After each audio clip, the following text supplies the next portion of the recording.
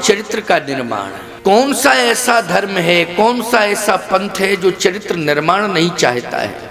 और यदि चरित्र निर्माण नहीं चाहता है कोई पंथ, तो निश्चित रूप से उसे इस धरती पर रहने का भी अधिकार नहीं है, क्योंकि चरित्र की पूंजी तो चाहिए।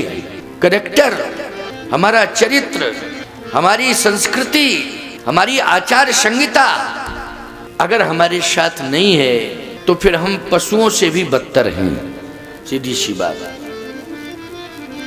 गत दिवस की राम कथा में आपने श्रवण किया था, जब मैं विश्राम करने लगा, राम कथा को विश्रामित करने लगा, तो जब राम कथा का विश्राम हुआ तो इस चौपाई के साथ विश्राम हुआ था। ये अर्धाली थी कि भगवान ने भरत जी को चरण पादुकाएं दी।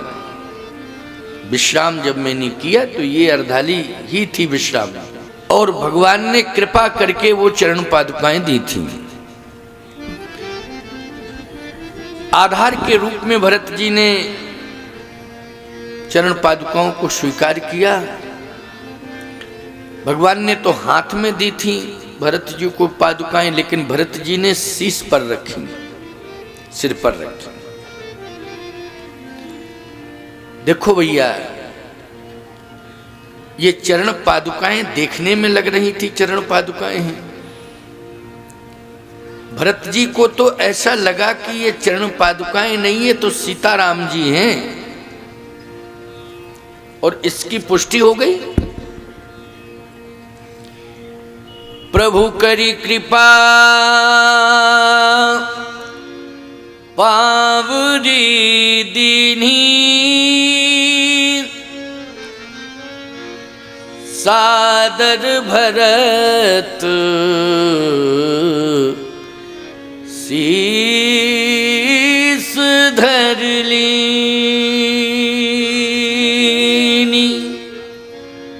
सादर भरत शीस धर लीनी। भरत मुदित अवलंब लहेत, अस सुख जस सिय राम रहेत। अस सुख जस सिय राम रहे थे, सीताराम जी मिल गए। जीवन में सबसे बड़ा आधार है भगवान सीताराम जी का, बोलो है कि नहीं? अगर कोई इशू है,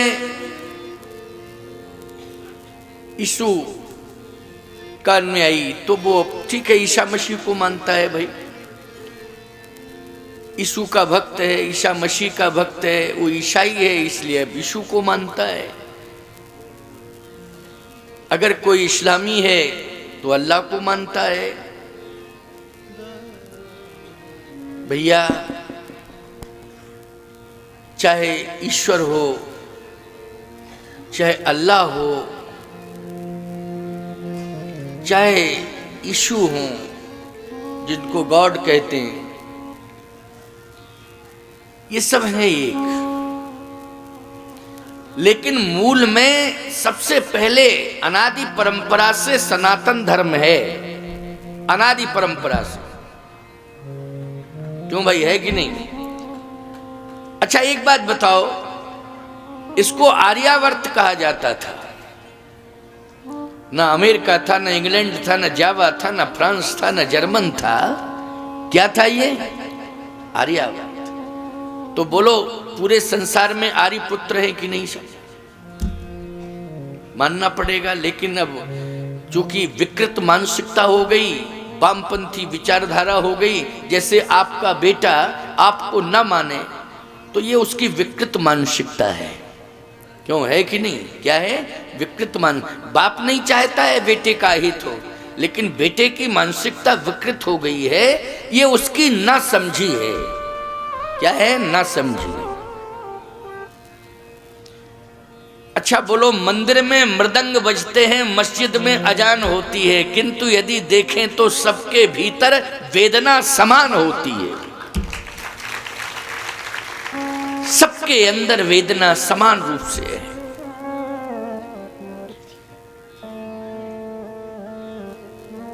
हमारा सनातन धर्म उदार है। कभी किसी पर सनातन ने अनावश्यक रूप से हस्तक्षेप नहीं किया। बोलो किया हो तो बताओ। सनातन ने कभी अनावश्यक रूप से हस्तक्षेप नहीं किया। सनातन के ऊपर ही सबने अनावश्यक रूप से हस्तक्षेप किया है, लेकिन सनातन धर्म ने किसी पर अनावश्यक हस्तक्षेप नहीं किया। आज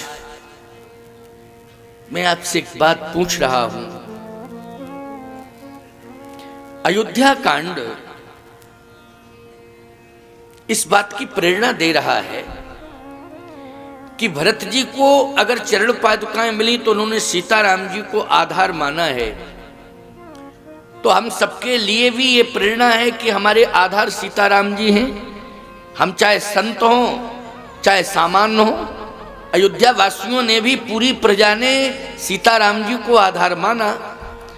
संत भरत जी ने सीताराम जी को आधार माना। क्यों माना कि नहीं माना?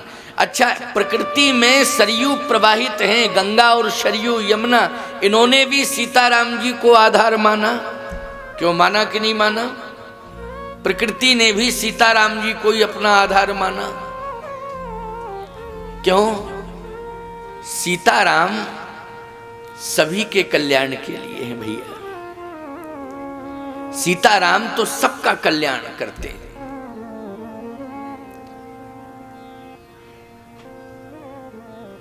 प्राणी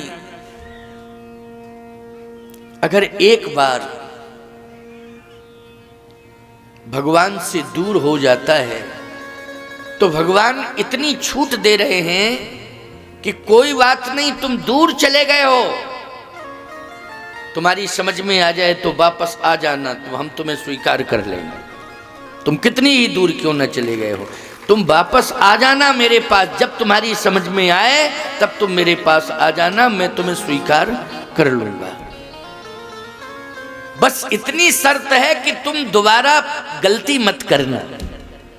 अभी तो गलती हो गई है, तुम दूर चले गए हो, लेकिन जब तुम्हारे मन में ऐसा लगे कि नहीं मुझसे भूल हो गई है, मेरे पास आना, दोबारा गलती मत करना, मैं स्वीकार कर लूंगा। बोलो ये सिद्धांत किसका है? सीताराम जी का सिद्धांत है। इसके लिए स्पष्टीकरण है, केवल ये हिंदुओं के लिए ही नहीं है, किसी के लिए, मानव मात्र के लिए है ये। किसके लिए है? मानव मात्र के लिए। ऐसा नहीं कि केवल हिंदू दूर चला जाए, वही आ जाए तभी मैं स्वीकार करूंगा, बाकी किसी को नहीं। नहीं नहीं, मानव मात्र के लिए सीताराम जी का संदेश है। क्या संदेश है? सन्मुख हो ये जीव मोह जवहीं, सन्मुख हो ये जीव मोह जवहीं। ये मानव मात्र है, इसमें कहीं कोई जाति विशेष नहीं है, धर्म विशेष नहीं है। मानव मात्र के लिए, जीव शब्द बोलो भाई, हिंदू मुसलमान सिख ईसाई बौद्ध जैन कोई भी हो, जीव सभी हैं कि नहीं? कौन नहीं है जीव? सभी जीव हैं। सन्मुख होए जीव मोहि जवहीं, सन्मुख होए जीव मोहि जवहीं। जन्म कोटि अघ नासहि तवहीं, जन्म कोटि अघ नासहि तवहीं। जन्म कोटि अघ नासहि तवहीं, जन्म कोटि अघ नासहि तवहीं। सन्मुख होए जीव मोहि जवहीं, सन्मुख होए जीव मोहि जवहीं। जन्म कोटि अघ नासहि तवहीं, जन्म कोटि अघ नासहि तवहीं।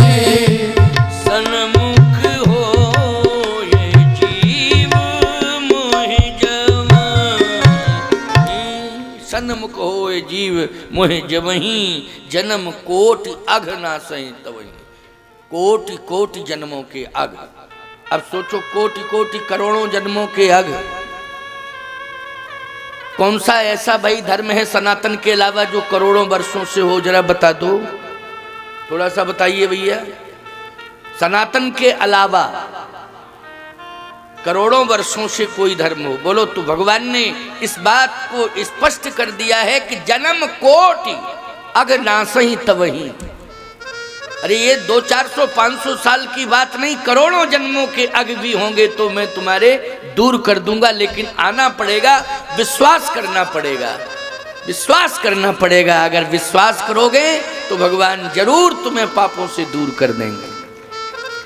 अगर विश्वास ही नहीं करना है तो फिर एक बात बताएं, भगवान कहते हैं आओगे तो तरोगे और नहीं आओगे तो मरोगे। सीधी सी बात है, सीधी सी बात है भैया। एक ईसाई आया भारत में, बेल्जियम से आया था, डॉक्टर फादर कामल बुल्केश। आप लोगों ने नाम सुना होगा, डॉक्टर फादर कामिल बुल्के साहब। वो बेल्जियम से आए थे अपने भारत में, ईसाइयत का प्रचार करने के लिए आए थे। लेकिन जब उन्होंने किसी गांव में जहां ईसाइयत का प्रचार करने के लिए गए थे, उस गांव में कहीं किसी चबूतरे पर रामचरितमानस को सुन लिया।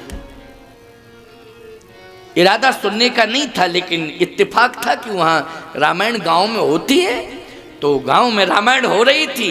वो तो ईसाइयत का प्रचार करने के लिए गए थे, लेकिन जैसे ही रामचरितमानस की कथा हो रही थी, सामान्य रूप से चबूतरे पर लोग बैठ के सुन रहे थे, वो भी दूर जाके बैठ के सुनने लगे।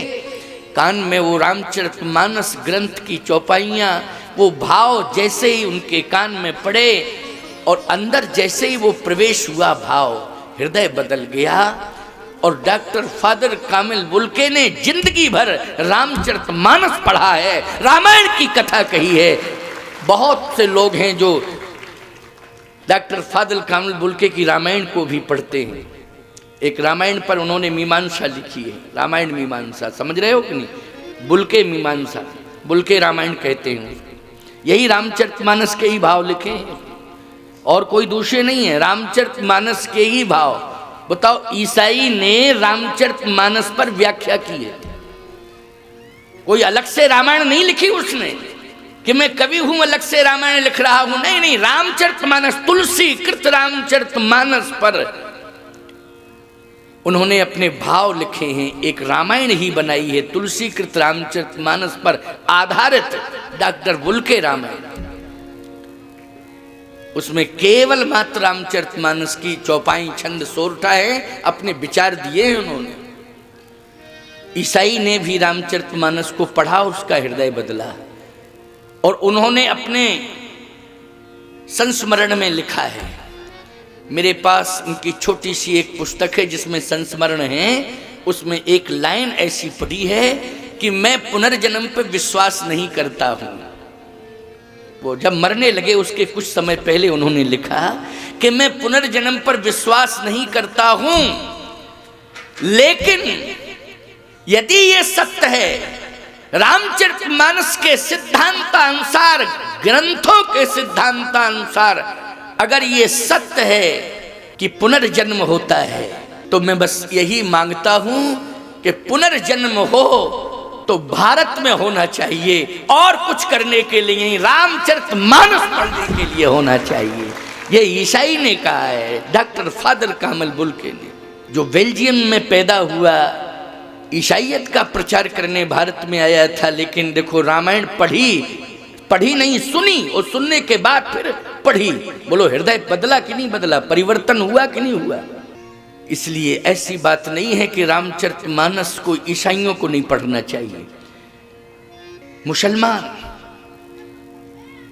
कितने मुसलमान वक्ता हुए हैं देश में जिन्होंने रामचरितमानस पर बड़े सुंदर सुंदर भाव दिए। बोलो, दिए हैं कि नहीं दिए? बहुत बड़े बड़े विचारक हुए हैं इस्लाम में भी, जिन्होंने रामचरितमानस पर अपना चिंतन दिया है। नानक जी ने तो गुरु ग्रंथ साहब में आप देखिए, ग्रंथ में तो गुरु नानक जी के गुरु ग्रंथ साहब में तो राम नाम की महिमा भरी पड़ी है। बोलो भरी पड़ी है कि नहीं? राम नाम की महिमा ही है। कितने राम नाम से प्रभावित थे गुरु नानक देव जी कि उन्होंने 75% महिमा राम नाम की है गुरु ग्रंथ साहब में। तो बोलो भाई, ऐसा कैसे कहा जा सकता है कि केवल एक विशेष हिंदुओं के लिए ही या हिंदू जाति के लिए या सनातन? हमारे सिख भाई तो हिंदू ही हैं। मैं तो नहीं मानता हूं अपने से अलग, उनको बिल्कुल नहीं मानता हूं, कदाचित नहीं मानता हूं। गुरु गोविंद सिंह ने हिंदू सनातन की रक्षा के लिए ही लड़ाई लड़ी। गुरु तेग बहादुर सिंह जी ने सनातन की रक्षा के लिए ही लड़ाई लड़ी। और गुरु गोविंद सिंह के तो बेटे ही जिंदा दीवाल में चुन गए थे, चोटी और जनेऊ के कारण। बोलो चुने थे कि नहीं चुने थे? किसके कारण चुने थे? चोटी और जनेऊ के कारण। ये चोटी अलग करो, औरंगजेब ने कहा था ये चोटी अलग करो। वो तो छोटे छोटे बच्चे थे, एक की आयु 7 वर्ष की थी, एक की आयु 9 वर्ष की थी, जोरावर सिंह फतेह सिंह। तो जिस समय कहा औरंगजेब ने ये चोटी अलग करो, कहे नहीं, चोटी बेटी रोटी ये मेरी पहचान है। देखिए ये छोटे बच्चे की वाणी है, कितने सुंदर संस्कार दिए गए उन बच्चों को। इसलिए कहता हूं कि बच्चों को संस्कार देना चाहिए। इतिहास अमर हो गया, कीर्ति अमर हो गई। मरना तो सभी को है, लेकिन कीर्ति अमर हुई है जोरावर सिंह फतेह सिंह की। औरंगजेब ने कहा कि सजाए माफ कर दूंगा अगर चोटी अलग कर दो। कहा चोटी बेटी रोटी ये मेरी पहचान है। बोलो सनातन की यही पहचान है कि नहीं? तो कहा कि अगर तुम चोटी अलग नहीं करोगे तो तुम्हारा धड़ से सर अलग कर दूंगा। तो जोरावर सिंह फतेह सिंह ने एक 7 वर्ष का बालक, एक 9 वर्ष का बालक, क्या कहता है ललकार के, कर दो कत्ल खुशी से, कुछ भी उजर नहीं है, प्यारा है धर्म अपना जितना ये सिर नहीं है। हम सिर कटाने को तैयार हैं, लेकिन चोटी नहीं कटा सकते जब तक जिंदा है। सोचना पड़ेगा हम और आपको। बोलो सोचना पड़ेगा कि नहीं सोचना पड़ेगा? ये संस्कार हमें बचपन से मिलते हैं।